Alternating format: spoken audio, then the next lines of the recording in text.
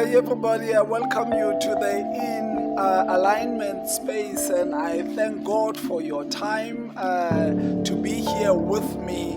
This week we are launching a brand new series on the subject of the call. The call is one thing that connects all of us as the faith communities, whether you are in the Hindu, the Christian, the African traditional religion, or you are a humanist.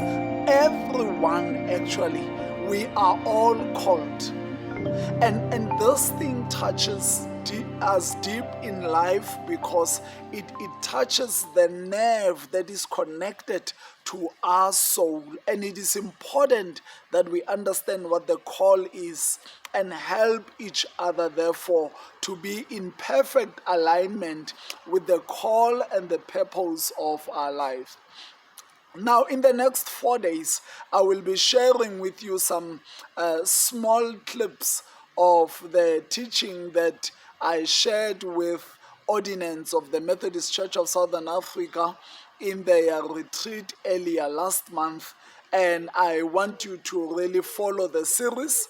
I will release it in small clips of between 5 and 15 minutes at a time. But this 4-part series deals with, firstly, what is a call? And it speaks about 3 things that the call needs to have, and that it must be burning, it must be persistent, it must be perpetual. But if it is a call, then there must be a messenger, because without a messenger, then there is no message. And therefore, we're going to explore the whole issue of isithunywa in this thing called the call. Enjoy and be with us and join us. Subscribe, like this platform so that you can get the benefit of what we teach and offer in this platform. Let us join in on the subject itself. What is the call? I want to talk a little bit about it and just share perspectives and open some windows for you and try to the best of my ability to stretch your horizon around this concept and talk about it from the premise of the burning bush of the soul. My suggestion, my proposal to you, my hypothesis this morning is that the call of God is the burning bush of your soul. I just want to start this maybe with an engagement a little bit and ask a question. What is a call?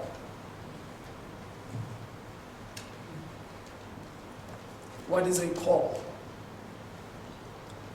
This morning I'm going to ask you to engage the head and the heart.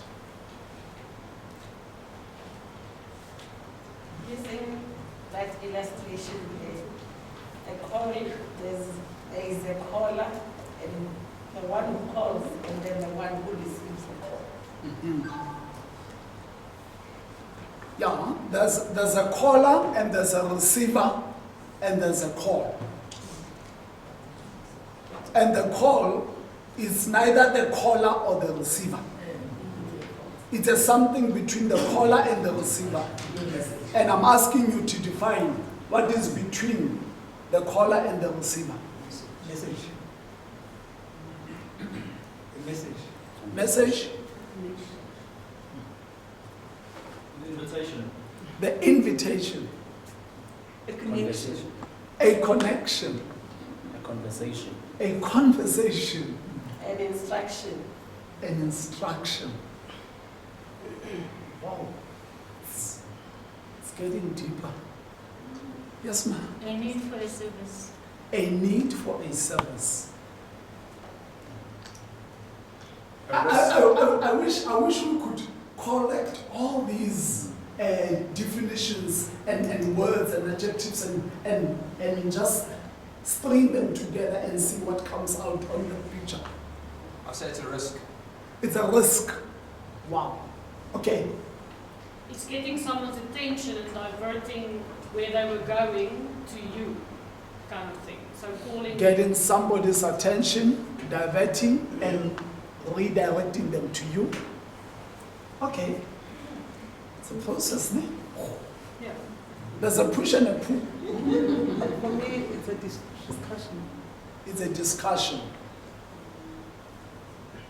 Last one. A guide. A guide. Well, you see, the nice thing about this is that there is no really perfect answer, but there is a functioning definition, a definition you can work with. Communication, discussion, instruction, invitation, collaboration, manipulation, whatever. What I'm sharing with you is a proposition of a functional definition, at least for me, as some kind of definition that you can work with and develop. I'm looking at the call as a burning, persistent, and perpetual desire of the soul to serve in a specific area. A burning, persistent, and perpetual desire of the soul to serve in a particular area or a specific area. And I wanted to put a full stop there. And then I remember that I will be speaking to church people and to ministers in particular. And I added to serve in a specific area of ministry. The reason why I wanted to put a full stop after the area is because you can be called into something outside the ministry of the church. A businessman can be called. A physiotherapist can be called. An engineer can be called. But here we are sharply focusing on the area of ministry because we're talking about ministry or a service within a church. Now there are defining words or adjectives that are really trying to explain and expand the whole issue of the desire of the soul. Firstly, I want to say to you, my friend, if you have a call of God, note this, it resides in the soul. I underlined the word the soul, the fountain of life, where the spirit of life was poured out by God, and the spirit of life is pumping and bubbling from that mysterious spot within us. And in my book, The Creative Passionate Genius, I call that spot, that soul, that it is the center spot of life. It is the center spot of life because it is where life oozes. Kula khona kutsitsa khona amanzi obomi. And this is the soul. Now when you note that it is the soul, what does it immediately tell you? It bypasses the mind. The call in its nature bypasses. You know, when you go through the heart bypass, when they do a heart bypass, If your heart is here and the blockage is on the vein that comes to the heart here, what they do then is to connect another vein and put another vein from below where the blockage is to go around, to bypass the blockage, to go straight into the heart. And they call it a bypass operation. The call of God is an intellectual bypass, because when you are called by God, you cannot be called by God and still be normal. You can't. You can't. Ask anybody who has ever ran away from their call. They have got all the good reasons. They are rational, they are meticulous in their rationality and logic. They are well schooled, man. You cannot destroy the life of your children like that. Take an income from your family, resign from your business, sell the shares of your business, leave the teaching profession, leave your cushy job, and go to SMMS. You must be tripping. You must be mad. I'm sorry to disappoint you if they told you you are normal. If you have been called like I'm called, I'm here to say to you, there's something wrong up here. And unless there is something wrong up here, you will never be able to connect with the fire of your soul, the burning within your soul, because the call of God is irrational. I mean, Jeremiah at some point had this thing figured out. I mean, Jeremiah was well schooled up there. Moses was well schooled, isn't it? I can talk. Duh. You call me to go and talk about a million bunch of rebellious people. How do you expect me, somebody that stammers, to go and talk to them? I mean, hello, dear God, I'm Jeremiah, just 14 years old. And you call me? Are you nuts? It is about the soul. And the soul is about this mysterious, illogical, pervasive, penetrating, deep running thing within us. And what then God does, He goes to that very spot of your life and deposits the fire. So that as life, as you breathe in and you breathe out, that fire, you breathe in the fire of God and you breathe out the fire of God. And if you try, you even dare try to avoid it, it really makes you miserable and unhappy. Who has ever had a broken rib here?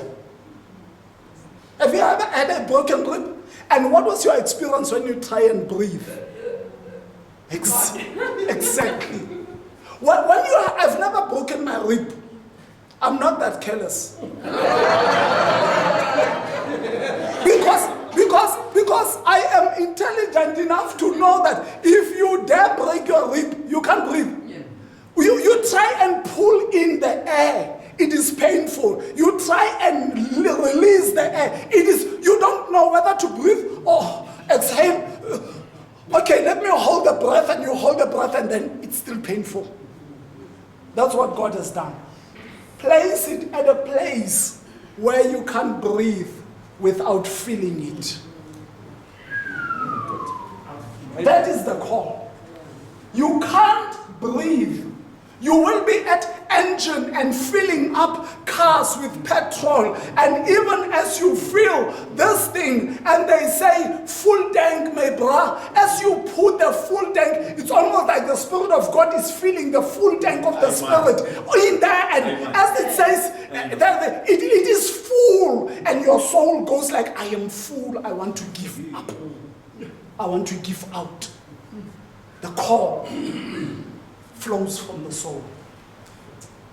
But you see, this thing, it's a desire.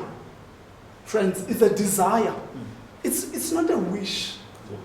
There's a difference between a wish and a desire. A wish I choose. A wish I have an option. But a deep desire, it's almost like you are possessed. And in fact, not even almost like, you are possessed. When you are called, like you should be called, when you are called, this thing possesses your life. It's almost like you are trapped and you want to breathe, but you can't breathe. You want to ignore it, but you can't ignore it. You want to sleep, but you can't sleep. You want to work, but you can't work because this thing has got you. But amazulu bakubamba la umncane khona.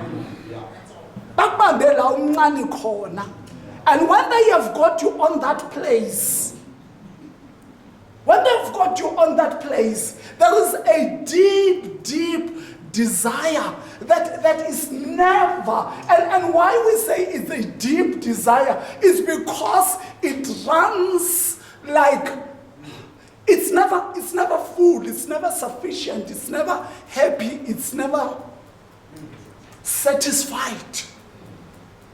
Basotho bayibitsa kwetsa, what's kwetsa?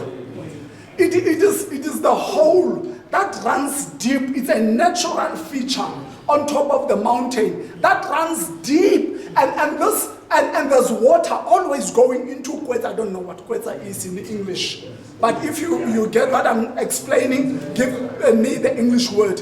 So this deep running thing, there's always water going into it, and it's almost like the water of the river. It's never sufficient. That thing called kwetsa, you'll never get it bubbling and all that because it is full and overflowing. It is always sucking in and sucking in and sucking in and drawing in and pulling in, and that is the depth of the call in your life. When you are called, you will try to ignore it, and it will be pulling and sucking you in and sucking your joy and sucking your happiness and sucking your relationships and sucking your money and sucking your all these things, and it sucks you, it sucks the thing out of you, the arrogance out of you, the cleverness out of you, the intelligence. It sucks until you say, I surrender all.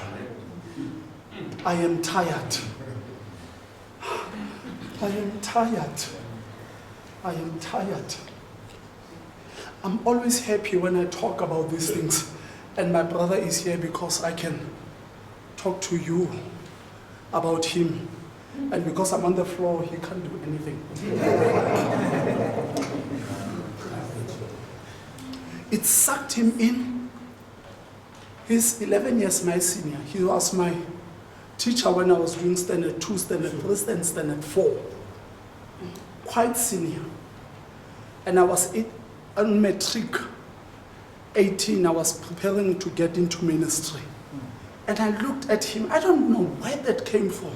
No, if he remembers this. And I could see this thing sucking him in and sucking him in and sucking him in. And he had bones here. Don't see him full now. I can show you the picture if he dares deny what I'm saying. I will show you pictures. And I could see it sucking his flesh in, and his bones began to protrude. You could look at the picture here, you will think that he was sick, and maybe he was sick because the eyes were bulging and this thing was sucking him in, and his marriage was on the rocks, sucking the marriage in, and it sucked his finances in, and it sucked his house in, and it was almost repossessed, and in fact it was repossessed and held by my father. It repossessed this guy. It sucked him in. It sucked him in. Before he realizes it sucked him in, he was in jail. You know for what? For the stupid traffic fine. It will suck you in. Don't play with that thing.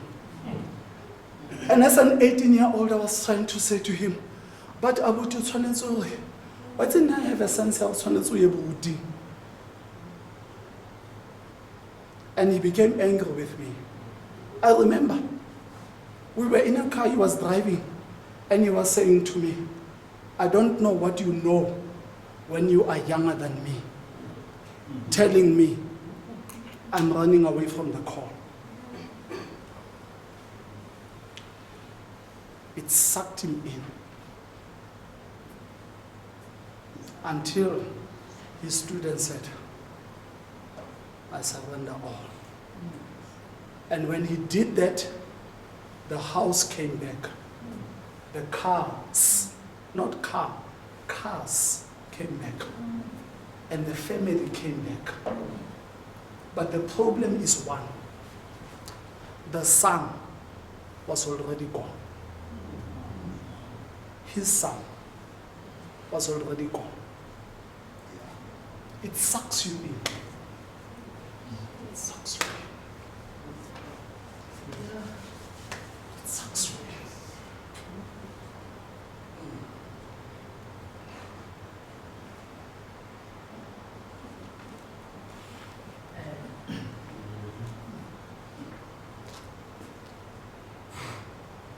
Yemu